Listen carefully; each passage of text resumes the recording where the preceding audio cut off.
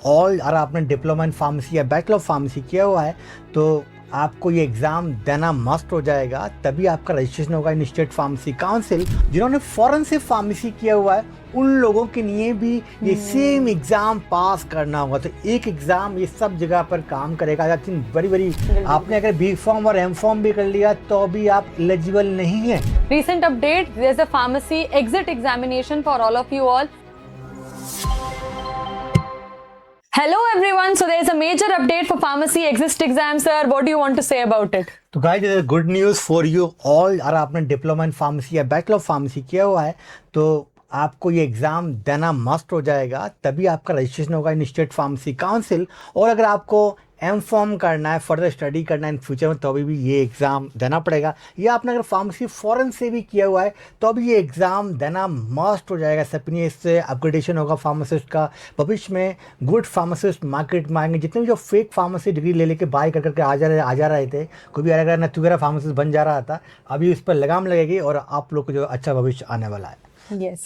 So sir, इस draft के बारे में और डिटेल्स में अगर हम जाएंगे तो व्हाट डू यू थिंक, आपके साइड से जो आपने रिकमेंडेशंस दी थी? 50 पेज का ड्राफ्ट, उसको तो हम लोग नहीं पढ़ रहे हैं, बट समराइजेशन में इसमें यही है कि भैया इसमें हमने एक आर्टिकल लिखा था लिंक्डइन पे और उसमें हमने बताया था कि क्या क्या चीज़ें होनी चाहिए। तो नंबर 1 तो ये है कि बहुत ही गुड स्टेप है। जिसने डिप्लोमा इन फार्मेसी या बैचलर ऑफ फार्मेसी किया हुआ है उन सभी को स्टेट फार्मेसी काउंसिल में रजिस्ट्रेशन से पहले ये एग्ज़ाम पास करना होगा। ये पास करने के बाद ही आप लोग जो है ये एग्ज़ाम में जो है अपने रजिस्टर कर पाएंगे as pharmacist after passing the pharmacy next examination. तो ये मेजर अपडेट है।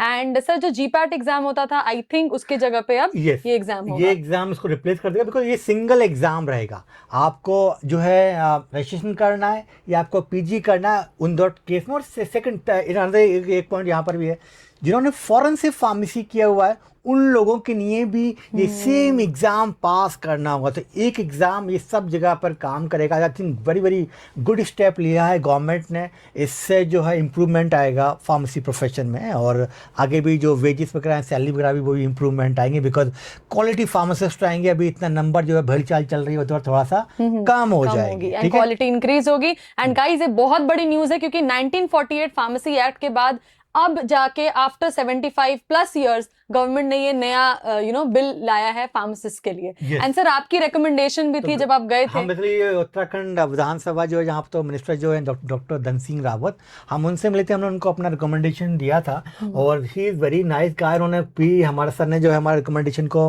फॉरवर्ड किया था to pharmacy council of India. तो बहुत सारा जो सिलेबस है बी फॉर्म का कुछ इम्प्लीमेंटेशन किया था उन्होंने हमारे, उससे भी पर कुछ रह गई थी। तो वो यहाँ पर अभी मैंने अभी बताया गया है कि यार यहाँ पर एक चीज़ ये थी मेन कि जो लोग फार्मेसी करेंगे उनको सिंगल डिग्री होना चाहिए। देखो आपने डिप्लोमा किया है, बी फॉर्म किया है, फॉरेन से डिग्री किया है, सब कोई नेक्स्ट एग्जाम देना मैंडेटरी हो जाएगा, तभी आपको लाइसेंस मिलेगा इन स्टेट फार्मेसी काउंसिल में। ठीक है, बट अभी एक चीज़ ये रह गई है कि भाई एक डिग्री होना चाहिए, वो होना चाहिए 5 ईयर का single degree, so they can work wherever they want. आज की डेट में डिप्लोमा इन फार्मेसी वाले और बैचलर ऑफ फार्मेसी वाले यूएस में, अमेरिका में जाके जॉब नहीं कर पाएंगे, उनका डिग्री वैलिड नहीं है अमेरिका में। सेम फॉर आयरलैंड में उनका डिग्री वैलिड नहीं है।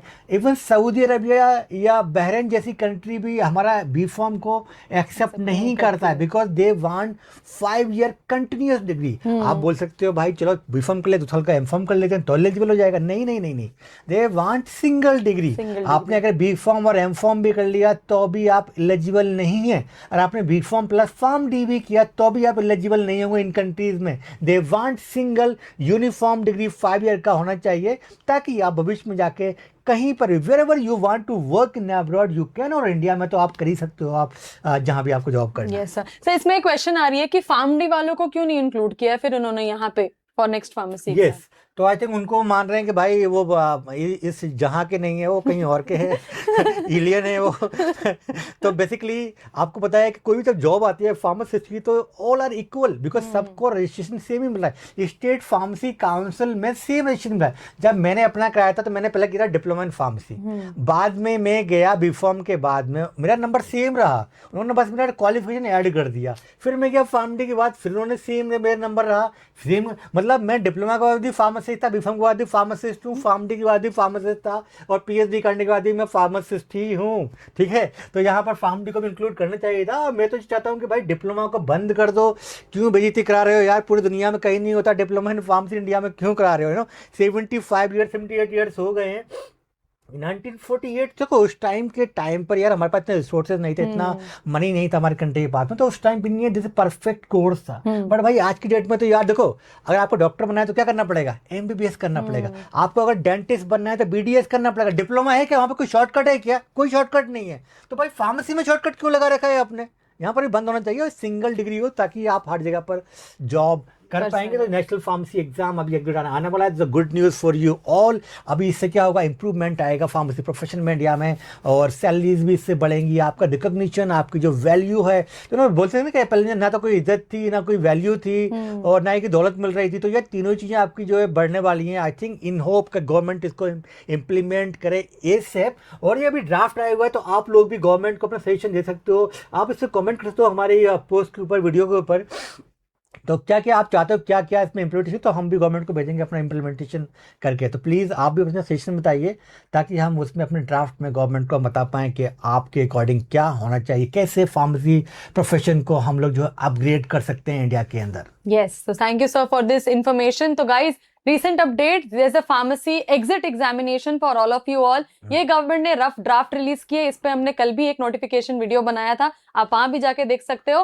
कमेंट करो, बताओ हमें कि हम क्या क्या और रिकमेंडेशंस ऐड करें, ताकि आपके तरफ से हम भी बोल पाए। हमारी कुछ चीजें सुनी गई हैं, सर की कुछ मांगे सुनी गई हैं, तो आपकी भी सुनी जाएंगी। प्लीज बी अवेयर, ये सारी चीजें आपके लिए गवर्नमेंट कर रही है। आके हमें जरूर बताएं, लाइक करें, अपनी वीडियोस को सर्कुलेट करें, क्योंकि आई एम श्योर सर बहुत लोगों को तो पता भी नहीं होगा कि ये आया है, ये bill. So guys, that's it for today's video. Thank you so much for watching, and like, share and subscribe our channel. Please अपने फार्मेसी जो कॉलेज जहाँ पे भी आप फार्मेसी करो, उसको उस ग्रुप में मस्त भेजो, क्योंकि आपके प्रिंसिपल, आपकी फैकल्टी है, वो लोग भी इसको रीड करें, समझें क्या है ये, और वो लोग भी सजेशन दे सकते हैं, तभी कुछ हो पाएगा। अदरवाइज चेंज तो हो जाएगा बट कुछ इंप्रूवमेंट नहीं आएगा। तो हम चाहते हैं कि फार्मासिस्ट की लाइफ में इंप्रूवमेंट आए। तो please share wherever you can, and thank you so much for watching. Thank you so much.